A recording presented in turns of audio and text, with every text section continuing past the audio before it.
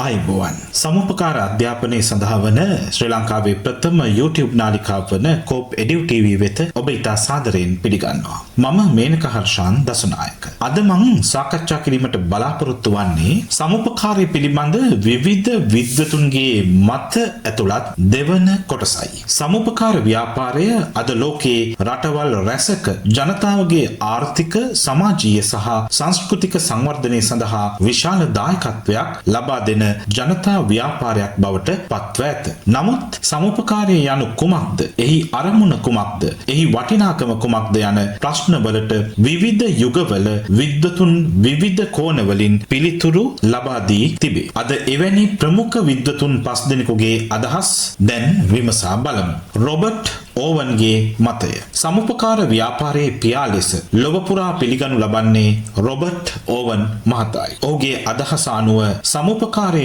යනු මිනිසාගේ යහපැවැත්ම සහ පොදු සමෘද්ධිය උදෙසා තරගකාරීත්වය වෙනුවට සහයෝගීතාවය ආදේශ කිරීමේ මූල ධර්මයයි. මීළඟට මා අවධානය යොමු කරන්නේ සමුපකාර ඉතිහාසය පිළිබඳ ප්‍රකට විද්වතෙකු වන සී.ආර්. ප්‍රේ මහතාගේ අදහස් වෙතයි. ඔහු සමුපකාරය අර්ථ දක්වන්නේ මෙසේ. සමුපකාර සමිතියක් යනු තම ආර්ථික තත්ත්වය උසස් කරගනු වස් සමාන අයිතිවාසිකම් හා වගකීම් සහිතව ස්වේච්ඡාවෙන් එකතු වූ පුද්ගලයන්ගේ සංවිධානයකි.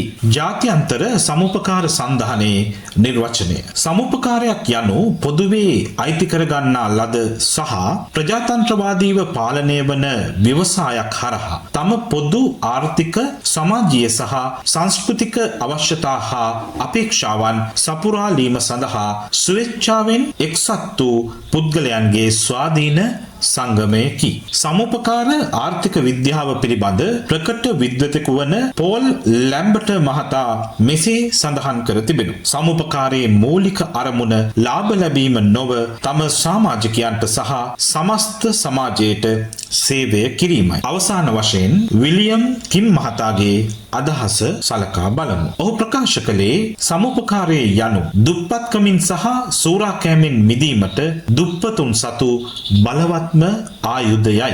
සමුපකාරය පිළිබඳ තවදුරටත් අධ්‍යයනය කිරීම සඳහා විද්වතුන් විසින් පළ කරන ලද මත ඇතුළත් වීඩියෝවක් තුළින් හමුවන්නට බලාපොරොත්තු වෙන එතෙක් රැඳී සිටින්න කෝප් එඩියු TV සමගින්ම.